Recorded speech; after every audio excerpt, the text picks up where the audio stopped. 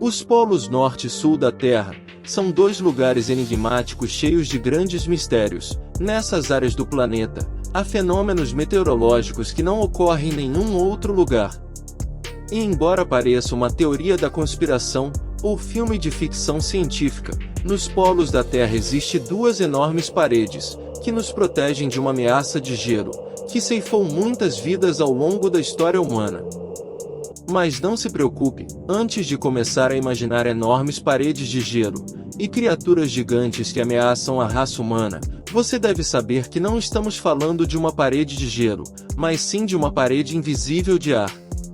As ameaças que eu estou me referindo não são criaturas, mas sim a fenômenos atmosféricos incríveis. Você quer saber o que é essa parede invisível? E quais fenômenos atmosféricos estamos falando? Junte-se a nós para descobrir. Mas antes, não se esqueça de deixar o seu gostei e de se inscrever. Essa simples atitude ajuda muito o canal, nos motivando a trazer sempre o melhor conteúdo para vocês.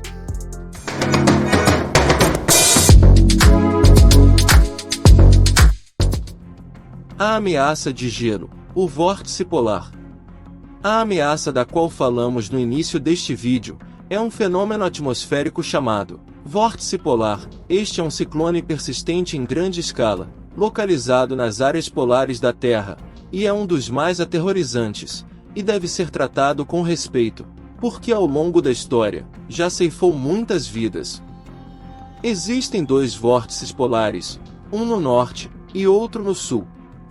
O vórtice polar antártico é mais pronunciado e persistente que o vórtice ártico.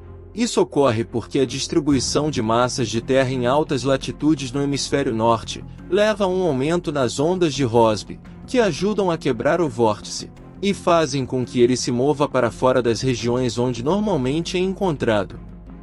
Em contraste, o vórtice permanece menos afetado no hemisfério sul, porque está concentrado quase inteiramente na Antártica. As ondas atmosféricas de Rossby são produzidas pela conservação da potência do vórtice, e são influenciadas pela força de Coriolis, e pelo gradiente de pressão. A rotação da Terra faz com que fluidos como a atmosfera girem para a direita à medida que se movem no hemisfério norte, e para a esquerda no hemisfério sul. Isso é a força de Coriolis. Por exemplo, um fluido que se move do Equador em direção ao Polo Norte será desviado para o leste, e um fluido que se move em direção ao Equador vindo do norte será desviado para o oeste. Esta é uma das razões pelas quais os furacões ocorrem, e pelas quais os furacões giram em direções diferentes, dependendo se eles se originam do norte ou do sul. Os vórtices polares são mais fracos durante o verão e mais fortes durante o inverno. Ciclones extratropicais que migram para latitudes mais altas quando o vórtice polar é fraco, podem interromper o vórtice único criando vórtices menores, dentro da massa de ar polar. Cada vórtice polar é dividido em duas partes principais: o vórtice polar troposférico, que está a uma altitude de 10 a 15 km, e o vórtice polar estratosférico, que está acima de 50 km. Os dois vórtices polares estão girando permanentemente na mesma direção da rotação da Terra, e os ventos podem atingir velocidades de até 240 km por hora. Considere que ventos de 120 km por hora já são considerados furacões. Isso é realmente impressionante, você não acha? Mas a verdadeira questão a nos perguntar é: como podem esses ciclones existir nos polos da Terra? Por que eles nunca param? E a resposta a essas perguntas é direta: a diferença de temperatura. Lembre-se de que a Terra é uma esfera que gira sobre si mesma, por isso a quantidade de luz solar que recebe do Sol não é uniforme, já que o equador do planeta sempre receberá mais radiação solar. Ao receber mais calor, o ar na atmosfera que está logo acima do equador aquece mais do que o ar nos polos. Isso produz algo chamado baixa pressão, quando o ar aquece. Da mesma forma ocorre o oposto: se o ar esfria, ocorre a alta pressão. Por quê? Tudo se deve à termodinâmica da Terra.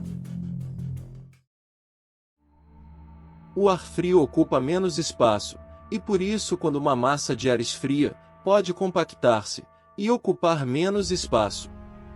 Por ocupar menos espaço, pode haver mais partículas de ar no mesmo local, e isso faz com que essa área tenha uma pressão maior, devido ao fato de haver mais massa.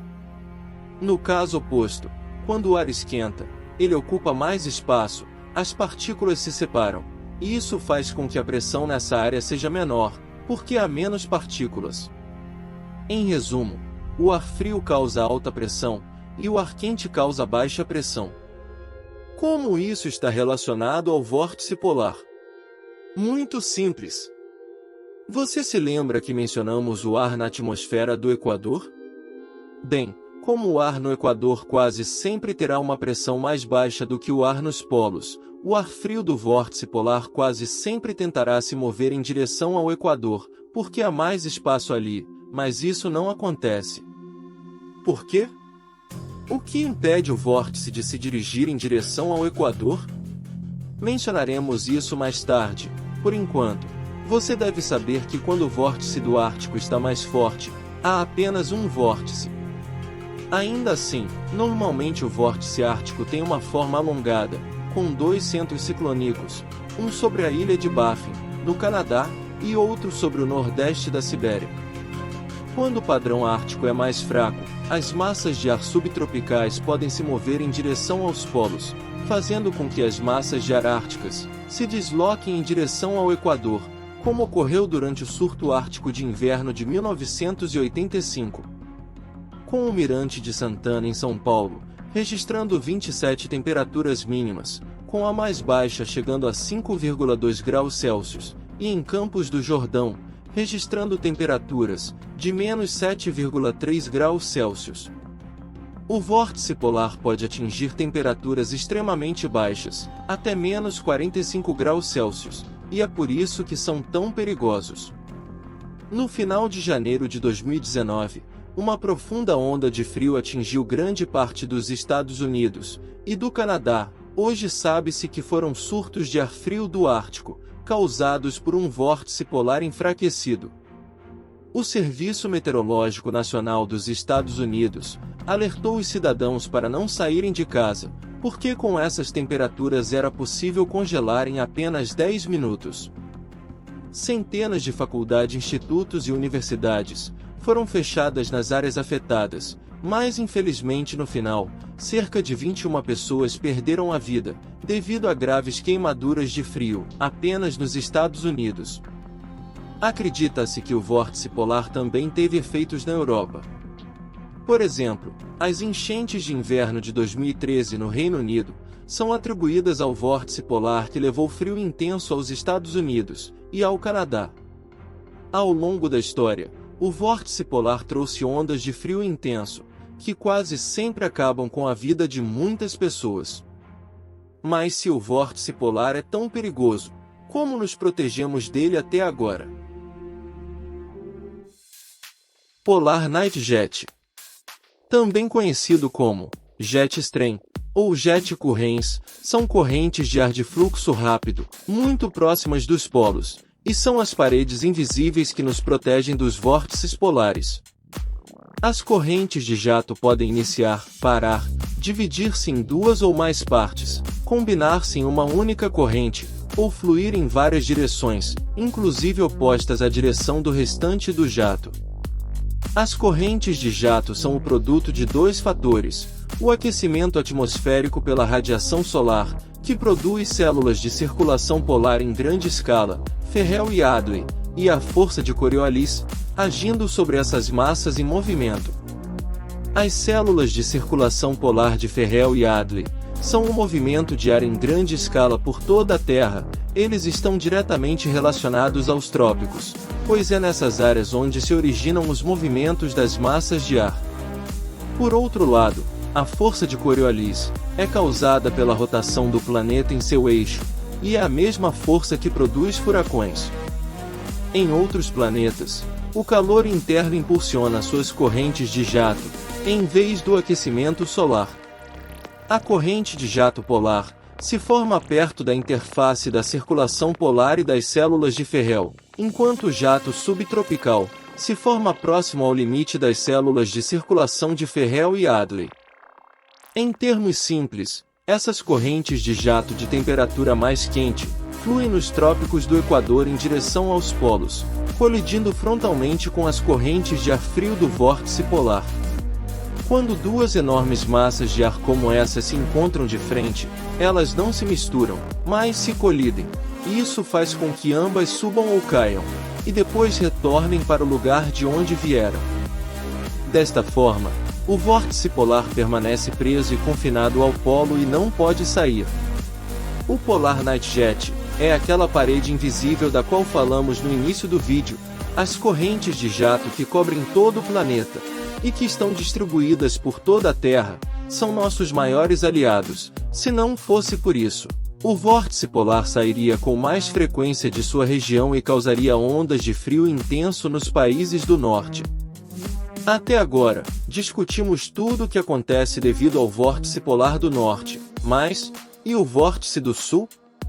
O vórtice polar encontrado na Antártida também sofre as mesmas mudanças que o do norte, com a diferença de que o do sul é muito mais estável. Isso ocorre porque a superfície terrestre da Antártida está separada do resto do mundo pelo Oceano Antártico. As temperaturas deste oceano mantêm a Antártica e o vórtice polar sul isolados. No entanto, foi visto que também pode quebrar e trazer ondas de frio para os países próximos ao Polo Sul. Outra diferença notável entre os dois vórtices é que enquanto o vórtice do norte tende a ter uma forma alongada, o vórtice antártico do hemisfério sul é uma área única de baixa pressão, que fica perto da borda da plataforma de gelo Ross, a cerca de 160 longitudes oeste. Quando o vórtice polar é forte, os ventos no nível da superfície, entre 30 graus e 60 graus de latitude oeste, aumentam e são persistentes. Quando o vórtice polar é fraco, as áreas de alta pressão nas latitudes médias podem empurrar em direção ao polo, deslocando o vórtice polar, a corrente de jato e a frente polar em direção ao Equador. A corrente de jato dobra e desvia para o sul. Isso faz com que o ar frio e seco entre rapidamente em contato com o ar quente e úmido da latitude média, resultando em uma mudança rápida e drástica no clima, conhecida como a onda de frio.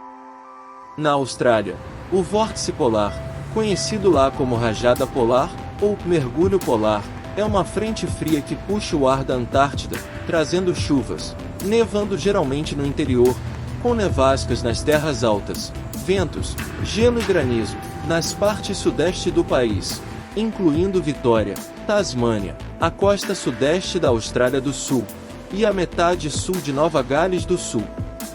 A ameaça está sempre presente.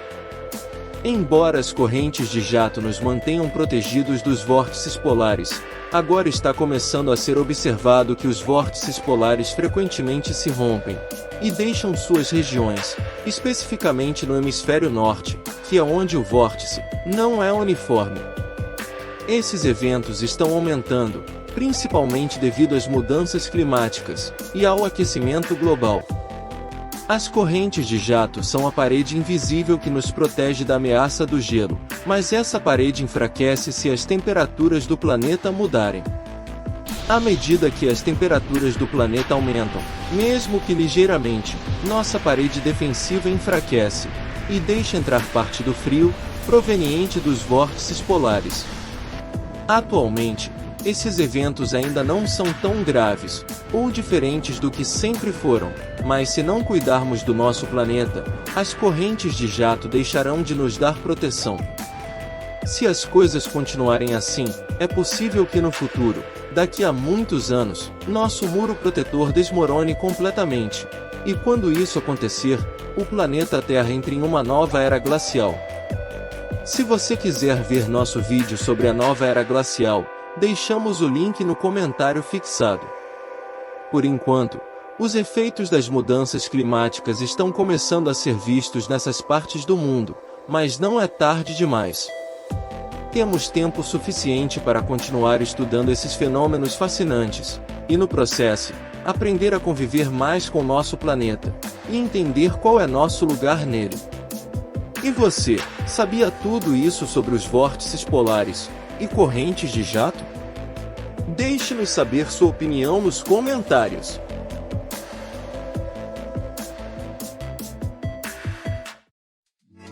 Bom pessoal, esse vídeo vai ficando por aqui, e não esqueça de se inscrever e de deixar o seu gostei. Valeu e até o próximo vídeo. Tchau!